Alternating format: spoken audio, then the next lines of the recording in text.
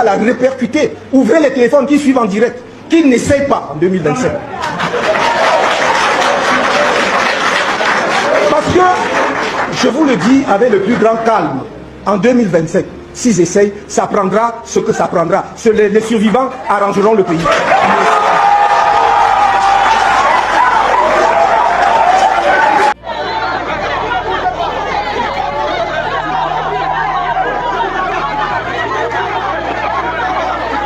Au Cameroun, on ignore toujours les résultats de l'élection présidentielle qui avait lieu dimanche. Sans attendre l'annonce officielle prévue le 26 octobre, le candidat de l'opposition, Issa Chiroma Bakary, revendique en tout cas la victoire, démenti en cela par le camp du président sortant Paul Biya, candidat lui-même à un 8e mandat. Pour essayer d'y voir clair avec nous, le journaliste politique et essayiste camerounais Jean-Bruno Tagne, bonjour.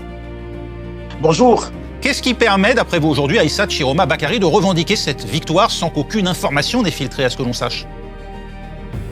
Alors le ministre Chiroma se base, dit-il, sur un certain nombre de procès-verbaux sortis des urnes qu'il a pu obtenir à la suite de l'élection de dimanche dernier. Et donc c'est sur la base de ces procès-verbaux en sa possession qu'il a pu annoncer qu'il est vainqueur de cette élection et appeler Paul Biya à le féliciter.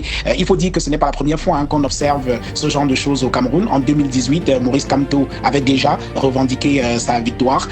En général, c'est une stratégie de la part de l'opposition parce qu'elle ne fait pas confiance aux institutions en charge de conduire le processus électoral. Et il est donc question de prendre le pouvoir de coup pour éviter que des fraudes électorales viennent entacher ce qu'ils considèrent comme leur victoire. Une stratégie en contravention avec la justice. Issa Chiroma Bakary, c'est lui-même ce qu'il en coûte, puisque ministre de la Communication, alors en 2018, c'est lui qui avait signifié à Maurice Kamto, l'opposant d'alors, qu'il était hors la loi et s'exposait à une peine de prison en proclamant déjà sa victoire à l'époque.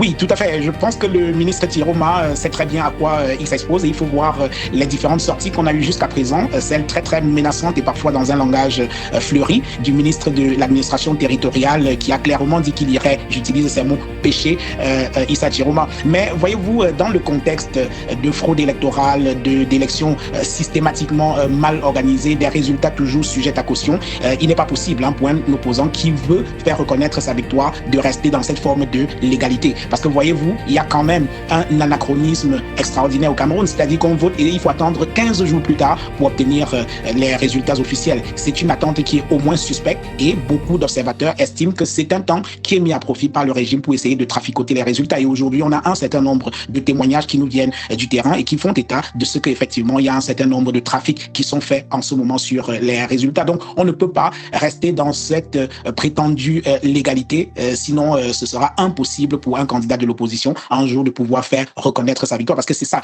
le drame du Cameroun, c'est-à-dire une chose est peut-être de gagner sur le terrain, mais l'autre c'est de faire reconnaître sa victoire. Et les arguments qui sont brandis par le pouvoir pour estimer que Issa Chiroma n'a pas raison, comme ce fut le cas hier pour Maurice Kamto, c'est de dire comment a-t-il fait pour avoir les résultats de près de 31 000 et plus bureaux de vote en 2 jours, sauf que c'est un argument qui ne résiste pas à la rigueur des mathématiques ou de la statistique. Sur la base d'un certain nombre de chiffres, on peut estimer que le candidat qui a eu tel chiffre, c'est un seuil mathématique, ne peut plus être rattrapé. Sur la base des statistiques également, on utilise un échantillon représentatif qui permet de faire une projection sur tout le reste. On ne fait pas autre chose que cela dans les démocraties comme la France, les États-Unis et même dans certains pays africains. On n'a pas eu besoin d'attendre 15 jours pour avoir les résultats d'une élection. Donc c'est une stratégie qui me semble assez suspecte de la part du gouvernement camerounais sous le prétexte de la loi. Oui, pour qu'on comprenne bien, on procède effectivement au récollement et à la somme donc des procès-verbaux des bureaux de vote qui seront rendus publics avant d'attendre, de connaître le résultat officiel qui sera proclamé par le Conseil constitutionnel le 26 octobre. C'est ça la stratégie en tout cas aujourd'hui de Chiroma Bakary. Problème, c'est qu'elle l'expose, on l'a dit, à une sanction judiciaire, possiblement une peine de prison. Que cherche-t-il à obtenir? Un mouvement de la rue? Alors, c'est difficile pour moi d'entrer dans la tête de Issa Chiroma, mais je pense que Issa Chiroma, qui est un vieux routier de la scène politique camerounaise, s'inspire simplement de ce qui s'est passé. Il s'inspire simplement de l'histoire politique du Cameroun. En 1992, John Fundi, alors leader incontesté de l'opposition, avait, aujourd'hui avec un peu de recul, tout le monde semble le reconnaître, avait gagné en 1992, sauf qu'il a eu du mal à faire reconnaître sa victoire. Et donc, qui lui a été finalement retiré par la Cour suprême à l'époque. En 2018, Maurice Kamto jure jusqu'aujourd'hui avoir gagné en 2018 et les institutions n'ont pas reconnu sa victoire. Donc Issa Chiroma n'a pas voulu se retrouver dans la même situation et je suis d'accord avec vous, il prend un risque quand même considérable parce que l'histoire politique également montre que Maurice Kamto, qui avait revendiqué sa victoire en 2018, a fini en prison avec quelques-uns de ses partisans qui jusqu'aujourd'hui, pour certains, continuent de croupir dans les prisons. Mais je pense que pour le processus électoral au Cameroun, à un moment donné, il est important pour les acteurs politiques d'aller même au prix de la transgression pour pouvoir obtenir quelque chose de significatif dans l'organisation du processus électoral. Et ce processus électoral qui est l'objet d'une lutte qui dure depuis le début des années 90 jusqu'aujourd'hui pour essayer d'avoir des élections qui soient transparentes et dont les résultats sont le reflet de la volonté populaire réelle. Merci beaucoup Jean-Bruno Tagne, journaliste politique et essayiste camerounais avec nous en direct sur France 24 pour revenir sur cette élection Cameroun dont on ne connaît toujours pas le résultat.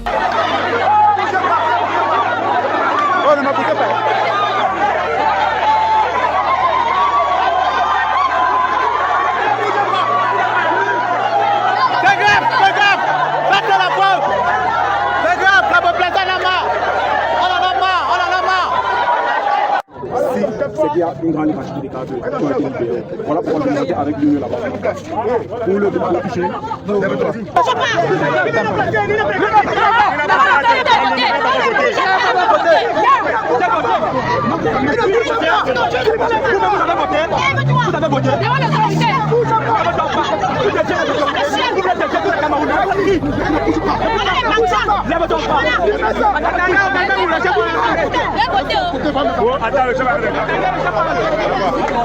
Qui est bleu?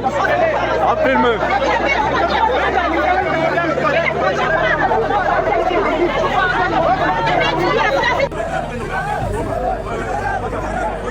Libéré.